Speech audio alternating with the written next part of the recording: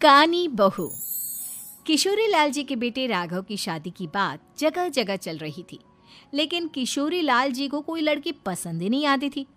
और उसकी एक ही वजह थी, किशोरी लाल जी का लालची होना। उनको लड़की वालों से मोटा दहेज चाहिए था और इसी चक्कर में एक दिन वो एक बहुत पैसे वाले के घर अपने बेटे का रिश्ता लेकर पहुंचे। उस आदमी का नाम था ओम प्रकाश।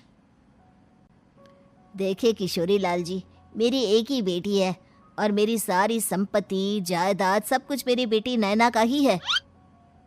पापा, नाम से लगता है बहुत खूबसूरत होगी। कितना अच्छा नाम है ना, नैना।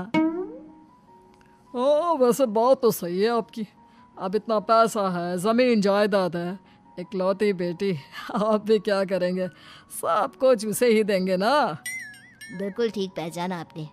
बस बेटी की शादी और सारी जायदाद उसके नाम।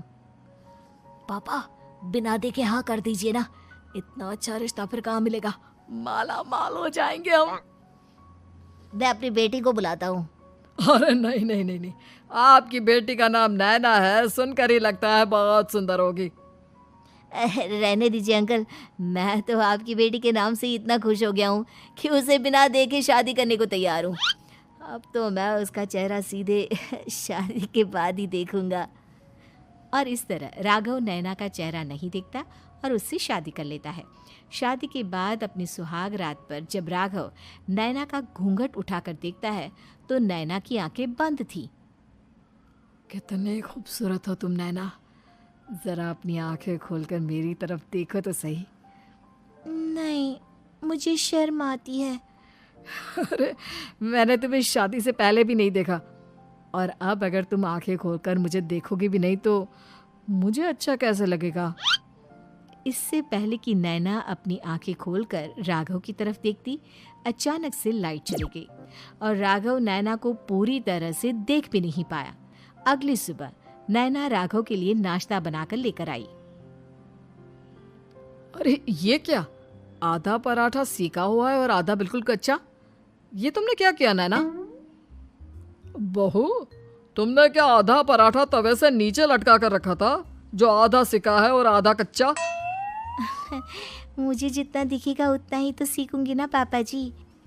जहाँ जहाँ मुझे नजर आ रहा था वहाँ मैंने सीख लिया, जहाँ जहाँ नहीं दिखा वहाँ कच्चा रह गया होगा। इसका क्या मतलब है? ये कैसा मजाक कर रही है तुम? अरे बहू, तुमने इतना लंबा घूंघट क्यों लगाया हुआ है? देखो, हमारे घर में बहुओं को बेटी की तरह रखा जाता है, और फिर तुम तो इतना सारा माल लेकर आई हो। देखो, ये घूंघट डालकर रखने की कोई ज़रूरत नहीं है। हाँ नैना, पापा जी ठीक कह रहे हैं, तुम तो आराम से रहो, अपना ही घर समझो। नैना अचानक से अपना घूंघट उठा लेती है। अरे ये क्या पापा, नैना की तो एक आंख फूटी हुई है। नाम से नैना, लेकिन ये तो कानी बहू निकली। मेरे साथ धोखा हुआ है, धोखा। बिना दिखाए अपनी कानी लड़की मेरे संग ब्याह दी। मुझे कानी बीवी नहीं चाहिए। मुझे अभी ओम प्रकाश जी से बात करनी पड़ेगी। आखिर उन्होंने मेरे साथ ऐसा किया क्यों? अरे, आप लोगों ने ही तो पापा से कहा था कि आप लोग शादी से पहले मुझे देखना नहीं चाहते। अब मेरे पापा पर क्यों इल्जाम लगा रहे हैं? अरे लेकिन उन्हें बताना तो चाहिए था ना कि तुम कानी हो, एक आंख से तुम्हें दिखाई नहीं देता। किशोरी लाल और राघव नाराज होकर ओम प्रकाश को अपने घर बुलाते हैं। पापा जी, ये आपने क्या किया? शादी से पहले बताया क्यों नहीं कि नैना की आंखों में परेशानी है? अरे, आप ही ने तो लड़की देखने से मना कर दिया था। अरे लेकिन आप बता तो सकते थे। आपको तो हमारी बेटी की प्रॉपर्टी चाहिए थी, वो भी पूरी की पूरी। अब क्या हुआ अगर उसे आधा दिखाई देता है? प्रॉपर्टी तो आपको पूरी मिल गई ना। अरे ये क्या बात हुई? मेरी शादी प्रॉपर्टी से नहीं, आपकी बेटी से हुई है। अब ये तो पहले सोचना चाहिए था, तब तो मेरी प्रॉपर्टी देखकर तुम्हारी जुबान लप लपा रही थी। लेकिन मैं कानी लड़की को अपनी बीवी बनाकर नहीं रख सकता। पापा, कुछ करिए ना आप। हाँ, करता हूँ। देखिए ओम प्रकाश जी, आप हमारे साथ ऐसा नहीं कर सकते। और तुम देखो, अगर तुमने मेरी बेटी से शादी तोड़ी ना, तो जो भी प्रॉपर्टी मैंने तुम्हें दी है वो तो पूरी की पूरी वापस ले ही लूँगा, और आधी प्रॉपर्टी तुम्हारी भी लूँगा। अरे मेरी आधी प्रॉपर्टी भला क्यों लेंगे आप? इसलिए क्योंकि मेरी बेटी को आधा नजर आता है और उसकी नज़र अभी तक तुम्हारी आधी जायदाद पर ही पड़ी है। अब तुम उसे घर से निकालोगे तो कुछ तो लेकर जाएगी ना।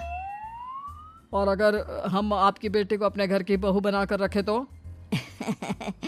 तो तुम्हारी पूरी प्रॉपर्टी तुम्हारी ही रहेगी, और जो मैंने तुम्हें दिया है ना, उसमें से बस मैं आधा लेकर जाऊंगा।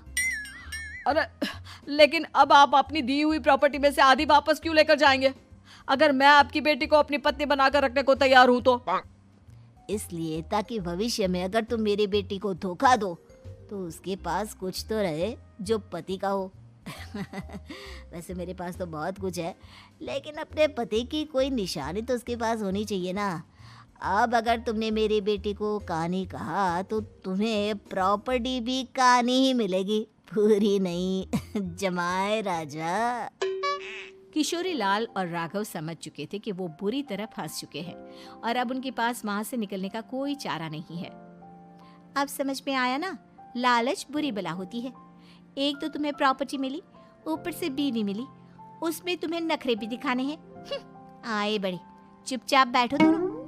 कुछ दिनों के बाद नैना राघव की कार लेकर बाजार घूमने निकलती है और जब कार लेकर वापस आती है, ये क्या? एक तरफ से मेरी गाड़ी पूरी खराब हो चुकी है। लगता है तुमने मेरी गाड़ी को किसी दूसरी गाड़ी के साथ एक्सीडेंट किया है। अरे अरे कितना बड़ा नुकसान कर दिया तुमने बहू। वो क्या है ना पापा जी, मुझे एक आंख से दिखाई नहीं दे रहा था, सामने से गाड़ी आ रही थी।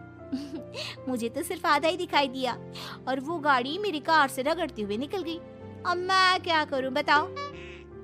आप इसे ठीक कराने के पैसे कौन देगा? तुम्हारे पापा? तुमने मुझसे इस तरह से बात की? अभी रुको। नैना राघव की शिकायत ओम प्रकाश को कर देती है। देखो राघव, अब जो मेरी आधी प्रॉपर्टी तुम्हारे पास थी ना, उसमें से आधी और मैं लेकर जाऊंगा, क्योंकि तुमने मेरी बेटी को डांटा। अरे नहीं नहीं पापा जी, गलती हो गई, माफ कर दो। गलती की तो कोई गुंजाइश ही नहीं।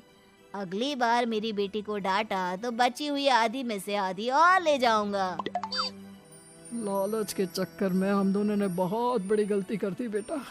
एक तो तुम्हें कानी बहू मिली और ऊपर से जो माल मिला वो भी काना। इस तरह राघव की हर एक गलती पर ओम प्रकाश उसकी प्रॉपर्टी का आधा आधा हिस्सा लेकर अपना सारा माल वापस ले गया और राघव को कानी बीवी से काम चलाना पड़ा। भाई लालच वाकई में बुरी बला है।